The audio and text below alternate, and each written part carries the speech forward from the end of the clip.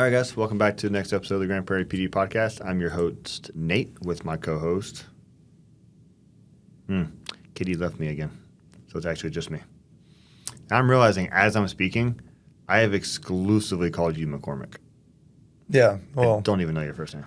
For the better part of since I turned 18 and was in the military and everything else like that, it's just been McCormick. Sports, everything, it's McCormick. My full name is Mark Keith McCormick Jr., but I've always gone by Keith. I say, yeah, Keith sounds like the first name. I've always gone by Keith because Mark was what my dad went by, and I didn't want to be Mark number 2 or junior or sport or anything like that. So I always went by Keith. Not that it's a particularly cool name or anything, but Sounds like you party. Yeah, Keith Stone. Yeah. I like to. Yeah. So, I forgot about that. Yeah, so I went by Keith, and then whenever getting into law enforcement, all my social media was Keith McCormick. And so if anybody got really mad at me for whatever reason, they want to look me up, they would find my dad, and they wouldn't find me. And your dad's like, someone's egged my house 3 times this week. yeah, because it goes by Mark McCormick. So when people call me Mark, it's I just let them call me Mark. Most people call me McCormick. Actual people who have grown up with me and known me my whole life usually just call me Keith. I don't feel as bad of a friend now because I feel like I've never heard you call anything besides McCormick. Well, I haven't corrected anybody. There's very few people in the department that know that I go by Keith. Everybody calls me Mark. I just don't correct anybody. I just kind of embrace it. It's my cop alias. So I'm Mark McCormick. Nice. Yeah. Well, not everyone in the world knows. Nobody's gonna care. They'll just keep calling me Mark or McCormick. That's true. Or hey you. Either one. I'm okay with that. Well, so you, I guess let's start with, you mentioned your dad and your early life. What's the story there? How did you wind up? Tell us about your early upbringing. Early upbringing, I was born and raised in a suburb of Fort Worth called Watauga, or as the Watauga people call it, Watauga. But I grew up in Watauga. Nothing real notable there. Grew up in the regular suburbs. Rode the bus to school, walked to school, whatever the case Long may or be. short? It was like medium, depending on the day. It was the bigger bus, but it went to a smaller school. There's only a couple classmates. No, I went to a high school out there, and wrestled through high school. Didn't really. I tried in junior high. I tried playing all the sports, and I found out really quick that I'm not that good at them. Yeah. Not great at basketball. I could run cross country. Wasn't the fastest guy. I just did it so that way I had something to do. I did a lot of sports, but when I got into high school, I only did wrestling. I wrestled through high school. Wasn't particularly good at it, but I wasn't bad at it. But we had a bunch of guys in my school at that time that were all state-level athletes and stuff like that. So unless you were up there, you weren't really that good. I wrestled varsity and stuff like that, but it wasn't a huge winning record. I got humbled quite a few times, but yeah. Well, assuming by wrestling, you mean like with the leotards, not the WWE stuff? Yeah, it would have been cooler if it had been the Leotard's the wrong WWE. word. Yeah, I think they call them singlets. Okay. But yeah, it was collegiate, Greco-Roman, and freestyle style wrestling. I don't know what any of that stuff means. I'm sure there's people listening that could tell me. I just knew that I went there and I got my nose broken a few times. Yeah. But yeah, I did that through high school. I have an older sister who's 2 years older than me. Then I got a younger sister she's probably about 6 years younger than me. Actually, I have 7 siblings, but those 2 are the closest to me. And nothing real crazy there. Parents separated when I was young, so I did that whole deal. After high school, really not a whole lot going on. I didn't know what I wanted to do, so I took random college classes. Wasn't great in high school. Wasn't great whenever I was paying for school in college. I learned that really quick.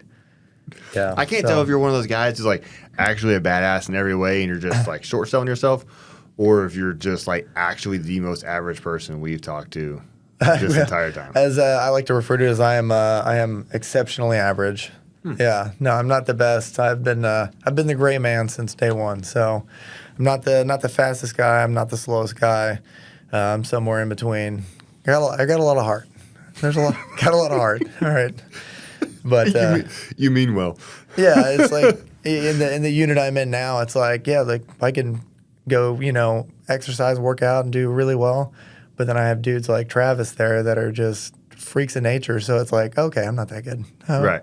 I thought I was doing good. I'm really good at like random things. Like I would have been good for the circus, I think. What's a circus transferable skill that you have? I can ride the unicycle. I can juggle. I can. Okay. Yeah. Just random stuff like. Why can you ride a unicycle? I have no idea. My mom bought me one when I was a kid. Ask, how do you figure out you could ride a unicycle? Random, yeah. I had a bunch of friends. We all had random stuff. One of the guys after high school was a painter, so he had stilts. So I would put them on and wear them around, thinking they were funny. So I would walk on stilts, just dumb stuff like that. It was nothing. There's no real cool story about how I picked that up. But there was a little while there after high school when I thought joining the circus was a legitimate endeavor because I was like, yeah, why not travel, see the world? After high school? Yeah, after high school. And then I started like looking up, and I was like, I don't know if I really want to be associated with the carnies and going out and being some dude sleeping in a parking lot in an RV or anything like that. But no, I thought it would be because guys sleeping in parking lots and RVs seems like exactly your kind of thing. They call it overlanding now. All right, so it's a whole thing. There's YouTube channels for it now. But I feel like there's probably like tiers to the whole carny thing though. Oh, because like surely like the people who are out here that we're arresting half of them for their felony warrants before they start setting stuff up. Probably not the exact same people as like the ones in Vegas or Cirque du Soleil or something. Yeah, no, I went to the Cirque du Soleil. Those are like legitimate athletes. A lot of them seem like they did gymnastics in the Olympics, and then whenever that stuff kind of fizzled out, then they were like, hey, I got to make money somehow. But no, yeah, there's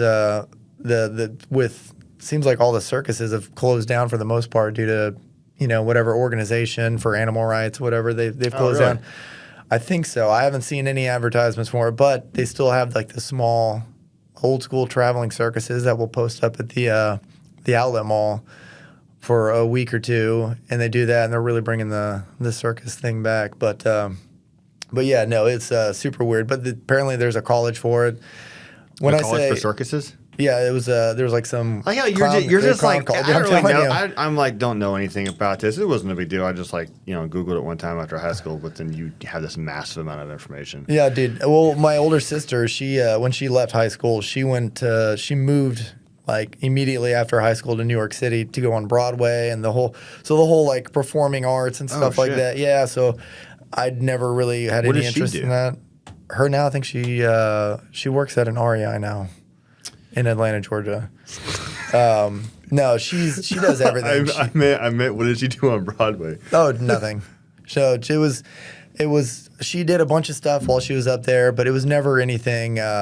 It's not like she moved there and was immediately, oh yeah, I got cast. I'm the lead on a Broadway show. But she went up there. She was writing. She was doing directing. Oh, cool. She wrote her own shows. There's a TV show that she was in and produced and directed and everything that's on Amazon and stuff like that. You've got to change the way you phrase things. You just said that she not really anything. She directed, produced, wrote a TV show. She said she wrote on Broadway. That's significant. Well, that's cool. Yeah, I guess. She's cool. I like her. No, she did all that. She went and spent a few years up in New York City, then she moved to California, and then now she's in Atlanta, and she just had a kid actually, so she's kind of reeled it in. But so it's like a lot of those struggling actors and actresses, it's like they have a regular day job because a lot of those things don't pay that well. Right. So for her, she's like moving her way up the REI company. Oh, cool. Doing that thing, but she does like stand-up comedy. That's awesome. And she writes and does stuff like that. Yeah, she's pretty cool, I guess. And then my younger sister works at KERA doing something for them where she's pretty successful. It's like the president or something. No, not that. She started at the bottom. She went to college, got a college degree, and then she started at the bottom and has like busted her butt and worked her way up. So she does pretty good. And then there was the ditch digging brother, me, that joined the Army and then became a cop. But I'm assuming so KERA being a TV station that's somewhat creative in nature. Do you share any of these creative traits between your siblings or?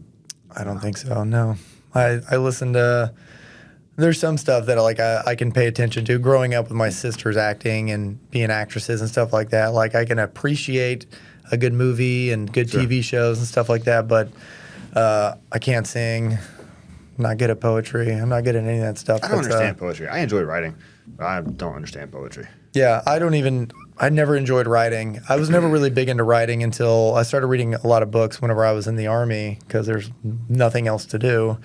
And then, becoming a cop, and you got to write reports, and you actually have to start narrating. You need to narrate it in a way that people can kind of be there and understand what's happening. So that I've kind of taken to a little bit more now. And so I find, I'm reading a lot more books now. I'm reading books as my kids allow. Yeah. But yeah, so I find that stuff a lot more interesting. But as far as like the creative, like go out and act, sing and dance, no, not really. I talk a lot. You can ask most people here. I talk a lot. I'm trying to dial that in. I feel like you could try stand up. Yeah. You have a very misleading, deadpan way of delivering things. Well, I appreciate that. Yeah, I mean it as a compliment necessary. It's actually a huge pain for me right now. I'm sorry. I apologize. Yeah, you can. That was one of the things that Lawless brought up in the academy. He's like, you just don't ever shut up, do you? And I was like, yeah, it's true. In fairness, he says it to most people, I'm sure. It's true, which is funny because I can put my foot in the mouth a lot of times for stuff that I say that can get me in trouble because I like to think of myself as being fairly straightforward, and I'll call it like I see it. But yeah, there are times that I'm talking to somebody and I'm like, probably shouldn't have said that. That's oh, well, I'm gonna get an email for that one for sure. But like doing the cop stuff on the street, when it seems like a lot of it is just talking to people. Oh, massive. So it actually can be pretty beneficial whenever you have I'll have one of the guys with me, and he's a stone cold cop dude, goes after the good stuff, foot chases, all that stuff.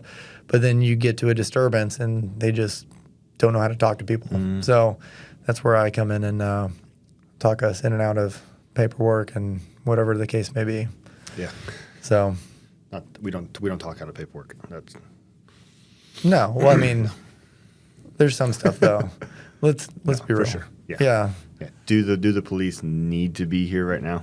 Yeah. It's when you talk to them, it's like you just need somebody to talk to. Yeah. You don't need a report. Yeah. You don't need police intervention. You just wanted to vent to somebody. Yeah. So. It's funny you say that because I think that's going to be an interesting aspect to see how our profession evolves over the next decade or so. Because even our generation, I think, lacked a lot of the social skills of those prior, and then these new kids are going to have that sounded old, but these new people are going to have even less social skills than we did. Because you go to a place now, like a store or something now. It's not uncommon to go to a cashier and there's zero verbal interaction. It's just tip or don't or whatever. It's so strange. And even now, you have a lot of guys who are really good. If you say, hey, that's the bad guy, go get him. They're really good at being super tactical and whatever to affect that arrest or chase or whatever that they're trying to prosecute. But you having someone that can negotiate those in between zones where it's, hey, I've just now shown up. I'm just saying hi, but I have to now figure out without being a complete in the process if you're the good guy or the bad guy, and then also be willing to make that because it can be an awkward part of a conversation to talk to someone and kind of develop a rapport and be like, you gotta go to jail now, buddy. Yeah. Sorry, I know we just finished talking about your grandkids and everything, but. Yeah, well, I found myself in a lot of awkward situations when somebody pulls a car over, they ask for a back, you show up as a back, so now you immediately go up and you approach the car and you're sitting there and you're kind of keeping eyes on the car. Well, then your partner, you know something's happening. Mm-hmm. The people in the car don't know something's happening, so then there's that awkward the lead officer is waiting for confirmation on a warrant or waiting on K-9 to get there, and you got to sit there for 5, 10, 15 minutes creating awkward conversation with people who generally don't like us. Yeah. It's I'm pretty good there. I can. You feel comfortable in that situation? I don't know if I feel comfortable, but I can. Yeah, I could talk to a wall for an hour. So I can handle that. What happens after an hour? I start running out of jokes. I start running out of jokes. Yeah, it's a funny story. I actually got caught laughing in basic training because people are getting smoked for dumb reasons. I got caught laughing because they were saying funny stuff, and so they made me stand facing a wall and tell jokes to the wall for a couple hours. And yeah, it was a good time. I was trying to make a joke, but of course you have an actual story where you told jokes to a wall for an hour. Yeah, no, I have a reference for that because I've had to tell jokes to a wall for quite a few times actually. But yeah, no, I told jokes to a wall in basic training for like probably 2 hours. It was a good time. Was it also military related? Why you told jokes to walls on other occasions? Yeah. Okay, that's good. Yeah, like I said, I can put my foot in my mouth a few times, so I've said stuff to people of much higher rank than me that I probably shouldn't have. Yeah. And that's a problem like that I think some people have when you're talking, like you tend to view people as an individual, and sometimes it can slip your mind, hey, you can end my career. Yeah. So you just knee-jerk say something, and it's like sometimes not always in the best context. Yeah, well then I've always come from a the man earns the respect, not the rank earns the respect. Mm-hmm. So if somebody is a super high rank, but they are just kind of a jerk and not fun to be around, they don't have any social skills, and they have a huge ego, it's kind of hard to... I know who you're talking about. Yeah, well, it's kind of it's kind of hard to talk to that person the same way that you would talk to somebody who it's like, you know, whenever somebody is a higher rank than you, even here at the PD, but at the same time, if we're out on a call, whatever, we can sit there and, you know, cut up and kind of shoot the breeze a little bit on a call, and it's not a big deal. But as long as you know, whenever we're back in a formal setting, it's right. Hey, Lieutenant. Hey, Chief. Hey, you know, Sergeant. Hey, whatever. Mm-hmm. Like those guys are the guys that it's not really hard to, but the guy that you're out on the street and you just got in a foot chase and you're soaking wet because it's raining, and you're like, hey, man, can you grab me that? And they're like, oh, it's Sergeant. And you're like, okay, anyways, can you still grab me that? I don't care. Yeah. Like, we'll talk about this later. Yeah, I know. Thanks. Now that. Yeah, you decide whether or not we go talk to the lieutenant after this, but can you do this for me, please? Yeah. Thanks.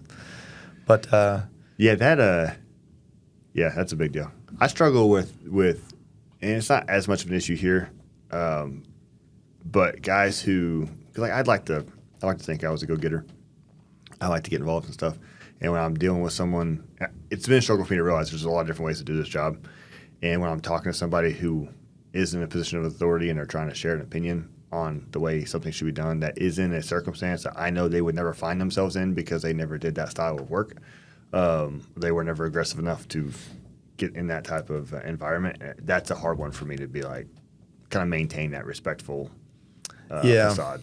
Yeah, I didn't understand it whenever I came here that people will pick their shift and their beat based on the supervisor. 100%. But after a couple of years now, I'm like, there's people that I would go to a less desirable shift for my family and I, just because I would want to work under this person because I know, like, hey, absolutely, this dude's gonna take care of me. He's gonna you know, make sure the best interests of me and my family. You know, he's at the same time, he's also going to let me get out there and get after it and catch bad guys. He's not going to be worried about the little things. And there's certain supervisors that are a better fit for different people. Because there's some guys who maybe they're very interested in, you know, extra departmental training or, you know, being able to, who knows, work special details to do DWIs or whatever. Yeah. That finding a supervisor that's on board with that can be, you know, beneficial for them. Whereas I got no interest in any of that, so I don't care if that's something you're cool with.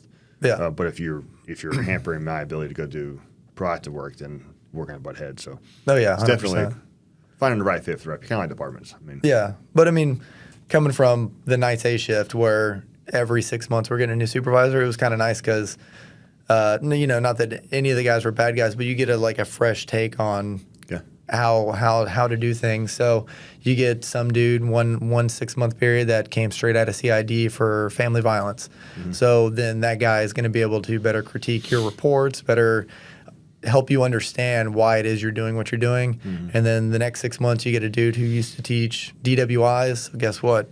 All my DWI reports are going to be squared away. They're going to be able to handle that. So it was kind of cool to see that. But as much as you get to see what type of supervision you like, you also get to see what type of supervisors you don't like. Right. So you get a pretty vast, pretty broad understanding of what you appreciate and what you don't appreciate. Right. But yeah, so far no really bad contacts or no really bad no bad supervisors. But there are some times that you see a supervisor go to a spot and you're like, yeah, that's perfect for you. Cool. You just that is just what we need. You need to be there. So so obviously you said you graduated high school. You post circus days, once that ship has sailed, how you wind up in the military? Man, honestly, it was I was about 20 years old. I had talked about it a couple times, joining the military, more so as a threat to my parents, more than anything. It's just like, yeah, I'm gonna go join the Army. You gotta say you were in a Fort Worth suburb, so they weren't buying you the kind of car you wanted, or what? No, yeah, the suburbs. No, me and my dad actually built my first truck. So my first truck had no air conditioning and holes in the floorboard. So I've lost a few cell phones on the highway.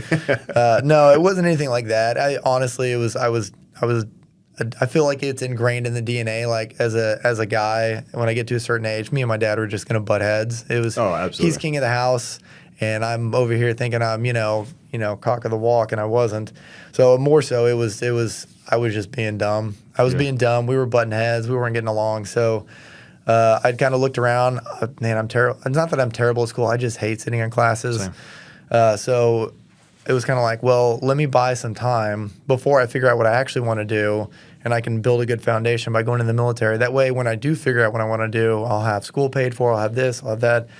I always promised my dad I wouldn't join the Army or the Marines, and I ended up joining the Army. So where did the promise come from? What's that? Why the promise? Well, this was probably 2007, 2008, and the war's in full tilt. And so my dad was just like, I don't want you to go be some knuckle dragger that blows stuff up and jumps out of airplanes. Right. And so I joined the Army, and I took a job that blew stuff up and jumped out of airplanes because I figured if I'm going to learn something, I can learn it in college. I want to go. If I'm in the Army, I don't want to be in the Army sitting behind a desk. I want to be in the Army doing Army things. Right. And so I did that. And then, a couple of years later, when I was freezing cold in Afghanistan, not getting any sleep, I was like, man, that desk job sounds really good right about now. That would have been pretty sweet. But no, I had a good time. I did the Army thing for 4 years and kind of got my feet underneath me, learned. I definitely needed it. I discipline. I needed the discipline. I needed the kind of the motivation. I needed a lot of stuff that they gave me, and then did 4 years there, got out, and then missed it, but didn't want to go all the way back in, so I joined the Guard. I was in the National Guard for 5 years afterwards. Cool. Yeah, so I'm a glutton for punishment. Yeah. So, yeah, it was a good time, met a lot of good people, and got to jump out of airplanes and got to blow stuff up, and I don't have any cartilage in my knees. Yeah. So. Do you feel like any of that, besides the discipline, I guess, helped you in your transition to law enforcement? Oh, 100%. A lot of it is, well, there's the chain of command aspect. Honestly, a lot of it comes down to the discipline of whenever a decision is made. A lot of times, me being a guy that's boots on the ground, they're doing it. I'm not going to see the big picture. Right. And a lot of that is in law enforcement. So if the chiefs come down and all of a sudden it's saying, hey, we need to be in this area all the time. For me, I'm like, man, this isn't fun. I'm not having a good time. Yeah. Well, they're seeing a much broader picture than what I'm seeing. And so it's kind of more so there's probably a reason why we're doing this, and I should probably just do it. But law enforcement is a lot more transparent. I get a lot more emails telling me why we're doing certain things. So it's a lot more transparent in that aspect. Also, too, it's, man, the days where it's rainy and cold and you're sitting on I-30 or I-20 or 360 because you're working accident after accident, and it's just a miserable night. Having been in the Army, I'm always like, it could be worse. I'm going to wind up in my own bed tonight. I'm sleeping in my own bed tonight. I'm probably going to eat at some point. It is not that bad. So it definitely gives you a different perspective. So there's a lot of times when something happens here, it's water off a duck's back for me because I'm just like, all right, cool. Yeah. I'm going home at this time. Like, you guys tell me what time you want me to be there. Tell me what uniform you want me in, and tell me what you want me to be doing, and I'm there. I'm in. Yeah.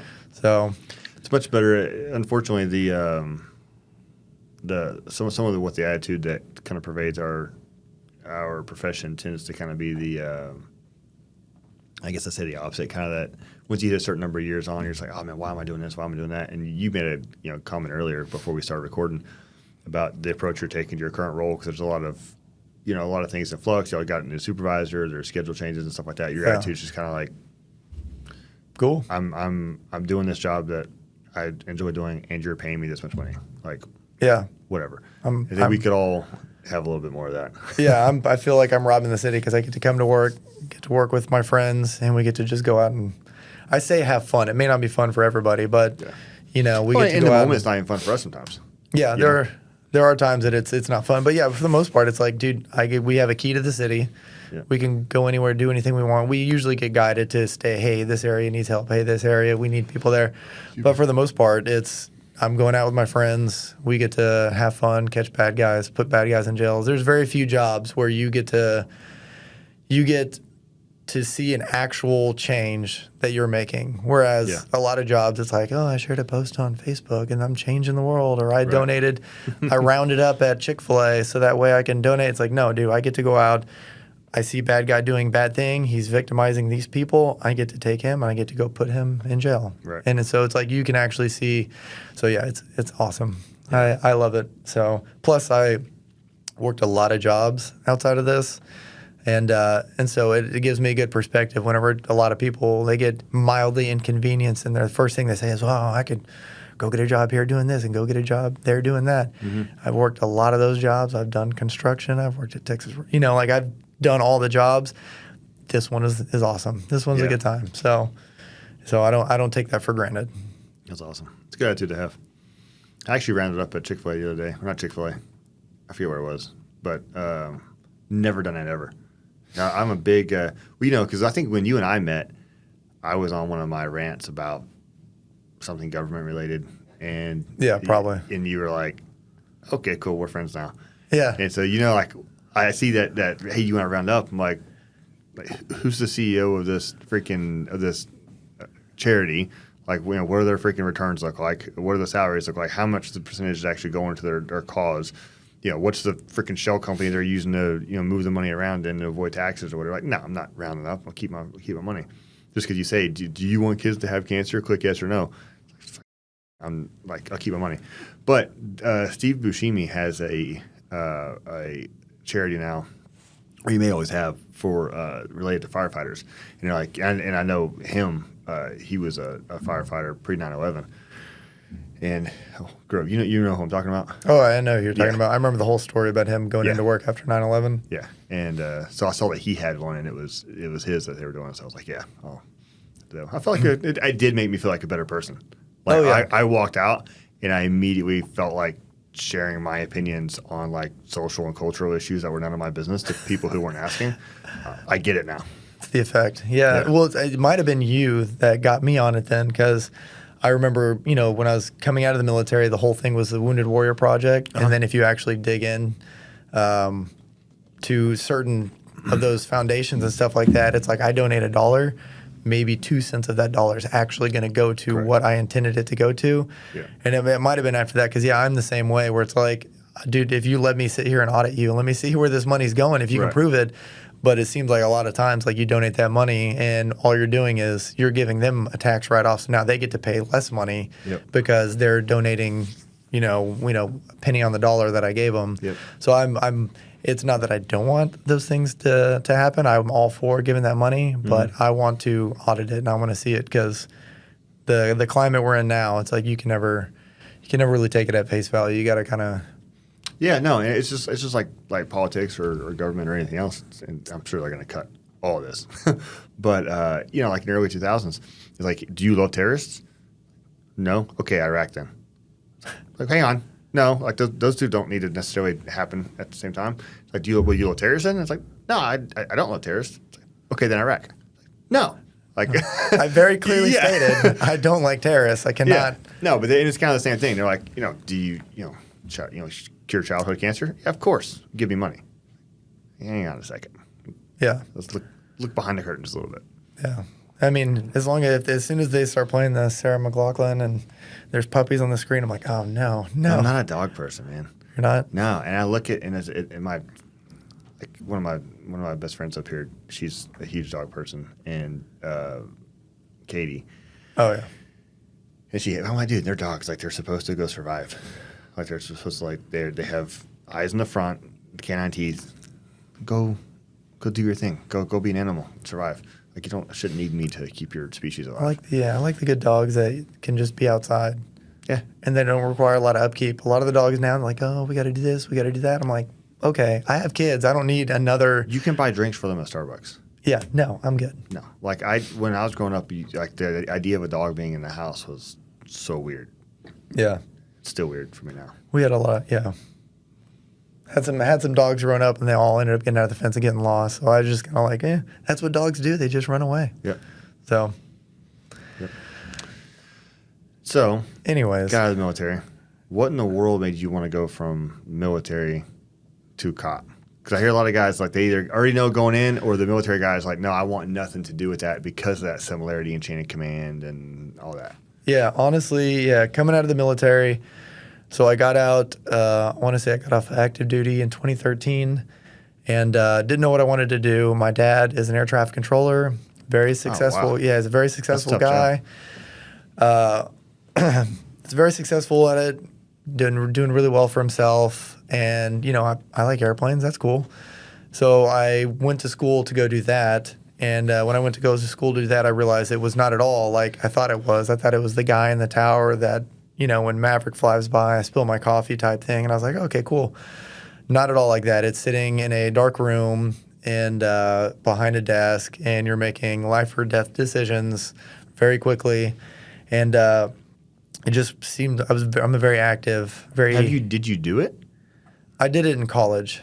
I didn't actually. Do like college kids be air traffic controllers? No, they're not be air traffic controllers, but they have like when they take you to training for it and stuff like that. It's you're doing it, but you're not doing like it. in a simulator. Yeah, type thing. And so I did it, and I very quickly learned that like this is not my forte. I like to talk. I like to talk to people. I like to be out. I like to be out doing stuff. I like to work with my hands. And so I learned when I was going to school there that I wasn't very interested in that. Yeah. So after that happened, I ended up moving because I went to school in Waco. I moved back to DFW, and I just worked odd jobs. I did low voltage work, which is security cameras, stuff like that, kind of a construction gig. I worked for Ally Financial, and I sat behind a desk, and it honestly, this got brought up in my oral review board, and I've told it a few times, but they asked me like, hey, don't give me that. I want to help people stuff. Like, why do you want to be a cop? And I was like, honestly, I was sitting on the couch, drinking a beer, watching live PD, and it looked like fun. And my stepdad he's been a cop for, I don't even know now, probably 30 plus years. He's one of the lowest badge numbers now in Grapevine, but he used to be a cop in Euless, and he always had cool stories. He worked for the Tarrant County Task Force for narcotics, so he always had like bait vehicles or kind of pound puppy cars. Yeah. So every day when he would drop me off to school, I was getting dropped off to school in these like ratty looking cars that were like, but they had great stereos and limo tent and so.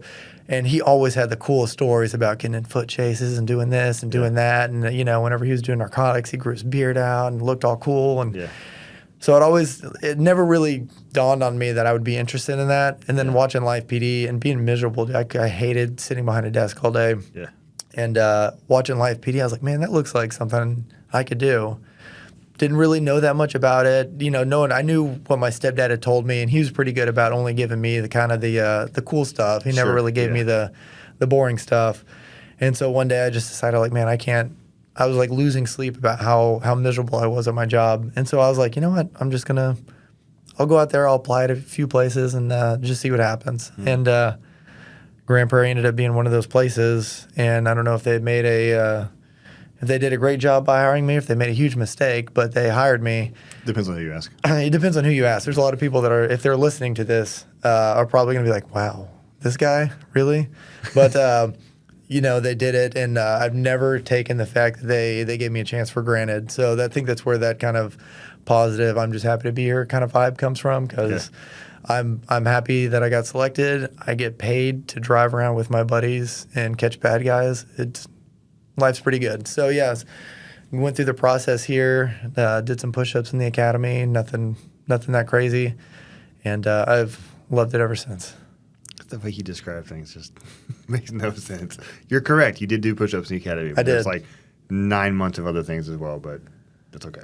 Well, that's nobody wants to hear about that stuff. Nobody wants to hear about the boring classes. I just want to make sure we're clear to anyone who is considering a life in law enforcement. You will be expected to do more than a push-up.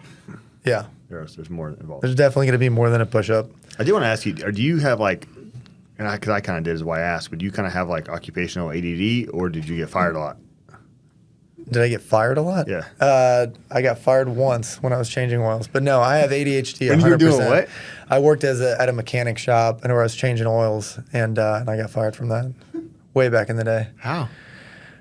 Because the owner's son applied, and so that's a layoff. I was call that a layoff. I was a layoff. I was it wasn't that big of a deal. I wasn't great at it, but it was just one of those little crappy jobs I had outside of high school. But I 100% have ADHD. So, yeah. Dude, I've been doing this job for a while, and I've kind of done a lot of things in this job, and I'm already kind of like, okay. But that's the cool thing about our profession is there's so many different jobs within the umbrella of our profession that you could, whenever the right thing comes up, you go, oh, hi, I'm going to put in for that. And there's this job, you can really utilize the ADHD to your advantage because you're driving around, you're going to a call, you're doing this on the computer, you're trying to, you see this car. So it honestly, you can utilize it to help you. But it's hard in my role. Yeah.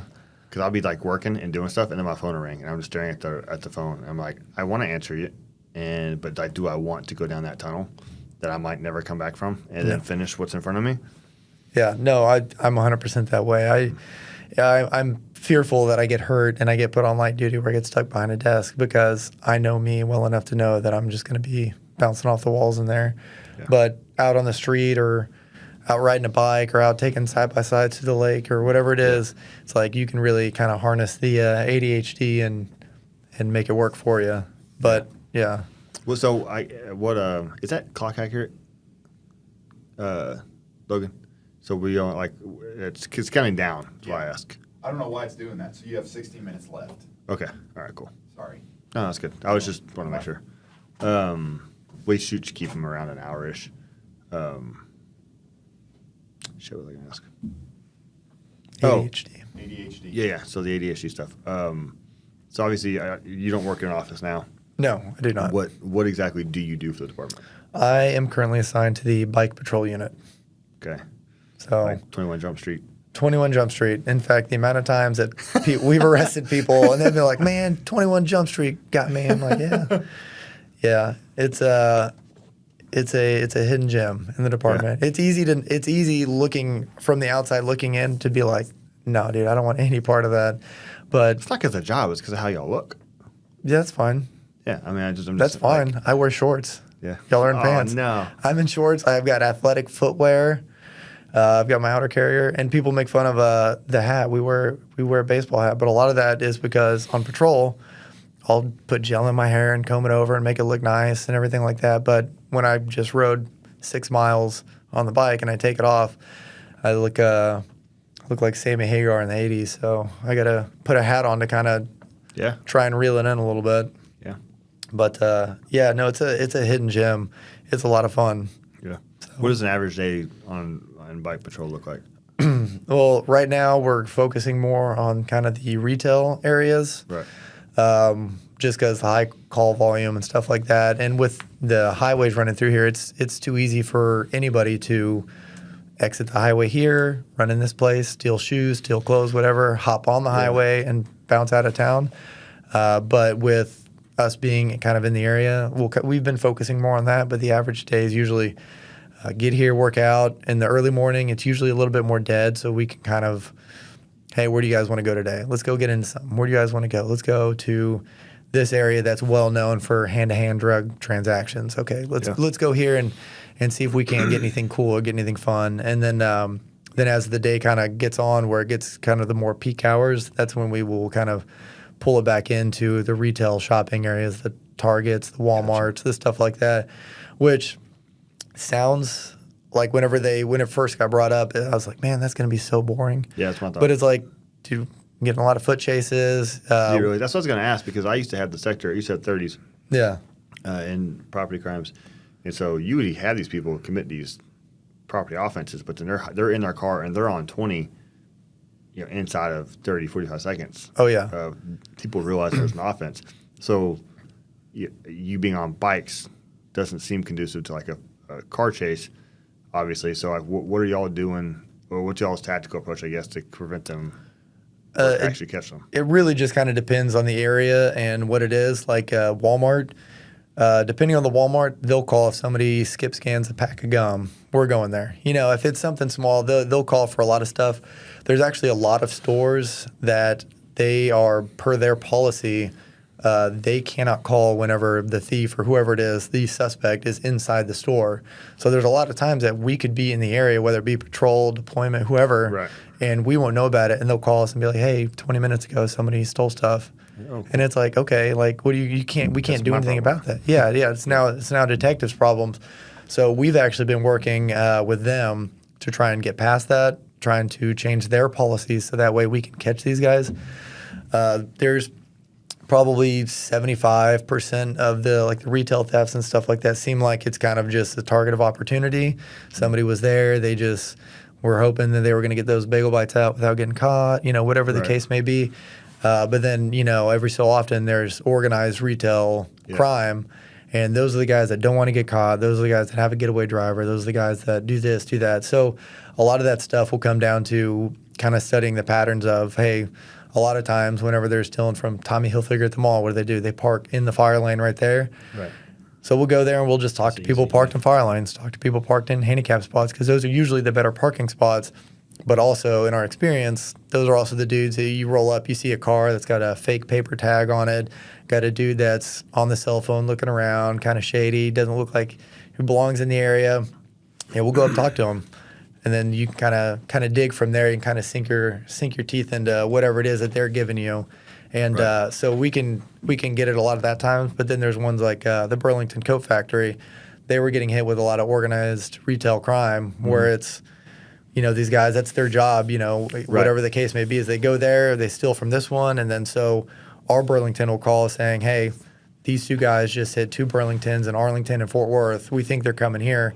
And so we can set up around the corner. We can have people They're in the taking the area. opposite approach to some of the other businesses. Yeah. So there's a lot of them that are very proactive, and it's very helpful because we can't fix a problem if we don't know what's happening. Sure. So like that was the same thing with Sephora. They were getting hit, and a lot of times they weren't letting us know when it was happening that they were getting hit. Of course. And it's like we can't really do anything. So we actually got with him, and I think KD and his unit, they set up some organized retail operation where we actually had cops in their room watching the cameras with them. Oh, cool. And we had deployment and undercover, and it was pretty cool. We were pretty successful that day, but we're trying to do more stuff like that. A lot of it is, put a bunch of cop cars in the parking lot, put us out on bikes talking to people, getting people out of the I'm going to steal stuff parking spots and stuff like that. And every now and then we'll get lucky, and a dude that's parked in a fire lane or in a handicap spot's got some felony warrants, he's got some drugs on him, whatever the case may be. Fairly often. You read the shift report, it happens quite often. Yeah, it's kind of one of those things that when they're bad across the board. It's not like this is just a one time, whatever. So a lot of times, you get up there and the lady you stop to talk to because she's parked in a handicap spot has a bunch of warrants because she got a bunch of tickets for parking in handicap spots, Right. So there's stuff like that. So you can kind of pick and choose what you want to do. So, been in a couple of foot chases doing that, and also in the same areas. That's the same areas where cars are getting stolen. Mm-hmm. Yeah, so we can with the innovation of flock now. It's like a lot of times we are just so happen to be in the area where we get a good flock hit, and if we can. If we can beat the deployment guys to it, then we usually try and snag those up when we can. But, sometimes we get lucky, and sometimes, just us being there, people aren't showing up. Right. But, so we can't stop all of it. The way they're stealing cars nowadays, it's like, man, if you don't catch them in the act of the 30 seconds of them doing it, when you research how they're actually doing it, it's like, dude. They're using computers. Yeah, it's not the old school, I got a screwdriver and... No. some of the times it is that, but it's not the old school like masked caper No. going out there, so it's a little bit more difficult. But Yeah, I'm not going to go into it on here, obviously, but I was amazed the first time I saw a video of how it was being done. And they're stealing cars that are, $100,000, $150,000 cars. And then, they're making a buttload of money. yeah, it's insane how quick and efficiently they're able to do it. Yeah. But yeah, every now and then we do get lucky. So You do what? I'm sorry? every now and then we get lucky. I'm not bored, I promise. Kiddo kept me up last night. Sure. Whatever you got to say. It makes me feel better right now. But yeah, so it's pretty good. We get put in a lot of good situations to do that stuff. But we also do, strolling with the mayor, cycling with the mayor. If there's a kind of a shaking hands and kissing babies thing, we go do all those. We do all the national night out. So Right. So it's you never know what the day. Like tomorrow, I think we're doing the Gopher Bowl. We have some guys going to the Gopher Bowl, helping out at the football game. We have 2 dudes doing trunk or treat, and then we're gonna have 2 guys out at the Epic. So it's like, it's kind of a choose your own adventure. Right. In shorts, and in shorts. athletic shoes, and Yeah. I've done a couple of those bike details with you, but I don't have the shorts. I wear pants. Hey man, It's pretty hot. get with Crystal, dude. I say that it's getting cold now. So as you can tell by my voice, it's getting cold now, and we're all a little under the weather. Not sick, it's just allergies. Just allergies. It's just allergies that make my voice like this. I swear. So obviously, you're happy where you're at now, but do you're pretty early in your career. Do you have any specific plans or a planned trajectory that you see yourself going on, or what? Well, I can insert the same thing that everybody says. Oh yeah, someday I'd like to go to auto theft. Someday I would like to go to auto theft, but it's kind of one of those things where in the academy it's always like, yeah, you do your 5 years on nights, you do a couple years on days, and you go upstairs and you hang your hat up, and it's like, nah, like I would like to go be a detective, not because I'm envious of the work, more so because I think it would give me a broader understanding of how the job works and how it operates and what to look for more in, a kind of on the line level type thing. But honestly, I like kind of being out there, and I'm still early enough in my career. I'm coming up on, I think, 6 years now, where like I'm learning stuff every single day. Yep. And I'm working with a bunch of guys now that are really, really good at self-initiated, like kind of interdiction style really? stuff. Yeah, and they're surprisingly, they really get after it. And so I learn something new every day from them. And so kind of going to the bike unit now, if I went back to patrol tomorrow, I would be a better patrol officer because of the stuff that those guys have taught me. But yeah, no, I enjoy kind of being out there, whether it's patrol or bike or whatever the case may be. I kind of like just being out in the field, kind of working with my hands. I'm sure one of these days, all those miles I've racked up and stuff like that, my knees and hips will start hurting. But I think until then, I'm going to try and I think you be just on the keep field. on. Yeah, just keep moving. Yeah, I don't want to. My stepdad, he was a cop's cop. He was night shift patrol officer for Lord knows how many years, 20 plus years. Oh, jeez. And he told me he knew it was finally time to kind of hang it up on that whenever he got into a foot chase with somebody, and his backup officer, who was like a couple minutes away, was able to bail out and chase them down and pass him and catch the guy. And he was like, yeah, I kind of took a hit of my ego there, but I think it was kind of that time where it's like, this is a young man's game, and you don't always have to be out there doing it. So he has since switched positions to something more conducive with somebody towards the end of retirement. But I think until I get to that point, I think I'd want to be somewhere kind of out in the public. Yeah. So that's good. Well, you have the face for it. Yeah. Well, I don't shut up for it. So I think if they put me upstairs, all my people would be drawing straws of who would have to be in a cubicle next to me, because they would just. Oh, nobody around us shuts up, so. Oh, well then, perfect. Yeah, no, you're fitting great. Yeah. Yeah, I think I come up here every now and then, and everybody's quick to, oh, no, go. Get out. What are you doing? You don't stop talking. Yeah. So. Well, I appreciate you sitting down and doing this. I appreciate appreciate you guys inviting me, and I apologize that I sound like I do. I promise it's allergies. No, it's not a problem at all. I think we might need to have a sequel at some point and have someone translate for you when you're like, oh no, I didn't really do much, or this, I'm not very good at this. Like, I feel like there's a lot of underlying stuff you're not saying. There's a lot. There's a lot of crazy stories. There's a lot of goofy jobs I've worked. There's a lot of stuff like that. So yeah, we'll save that for another time because we could be here all day. All right. Well, sure appreciate it. I mean, I appreciate y'all. All right, guys. Till next time.